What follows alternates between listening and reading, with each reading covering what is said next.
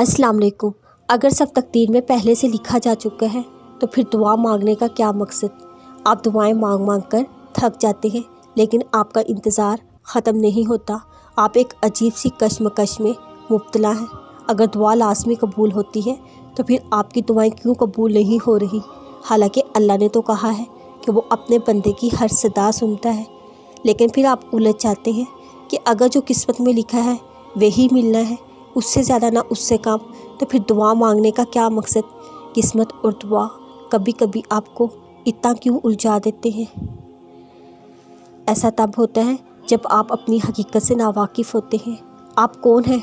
अल्लाह के बंदे। बंदा कौन होता है? वो जिसके चारों तरफ एक बंद बना दिया जाए, वो एक हदूद बना दी जाए, उसके बाहर नहीं जाना। इस बाउंड्री में जब तक हैं आप उसमें बंद हैं, आप बाहर नहीं जा सकते, आप बंद हैं। इसलिए बंदे का मतलब होता है ग़ुलाम।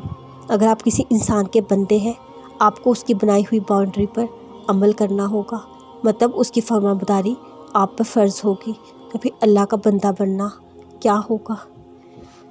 इसी तरह अगर आप अल्लाह के बंदे हैं, आपको क्या करना होगा, आपको भी देखना होगा आपकी हदूद क्या है, आपको क्या करना है, आपको कौन सी हदूद पार नहीं करनी। अब ये जो हदूद है ये आपकी किस्मत है, आपकी तकदीर ये नहीं बदलेगी।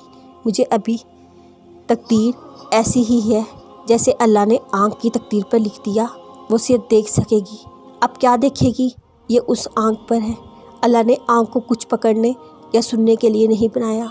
वो चाह के भी कुछ पकड़ या सुन नहीं सकती, वो सिर्फ देख सकती है। लेकिन क्या देखती है, उस पर मर्ज़ी उसकी आँख की है। वो अपने लिए क्या चुनती है, अल्लाह की मर्ज़ी से ख़ुद इस्तेमाल करती है, या जो नज़र आ रहा है देखती जा रही है, हलाल या हराम की परवाह किए बगैर। बिल्कुल ऐसे ही अल्लाह ने आपको सब बता दिया, सब दे दिया, सब सिखा दिया, आपको आपकी हकीकी मंजिल बता दी, और ये भी बता दिया आपके लिए अल्लाह ने जितना लिखा है पूरी दुनिया के चाह के भी आपसे दूर नहीं कर सकती। जो आपको अल्लाह ने देना चाहता है वो पूरी दुनिया जान मार ले, आप खुद को थका मार लें, आपको नहीं मिल सकता।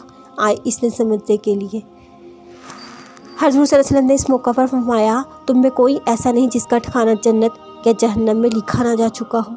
सहाबा ने अर्ज़ किया, या रसूलुल्लाह, फिर क्यों ना हम अपनी तकदीर पर भरोसा कर लें। हज़रत सल्लल्लाहु अलैहि वसल्लम ने फरमाया, अमल करते रहो, हर शख्स को उसी अमल की तौफीक मिलती रहती है। इसने आयत आखिर तक पढ़ी, यानी हम उसके लिए नेक काम आसान कर देंगे।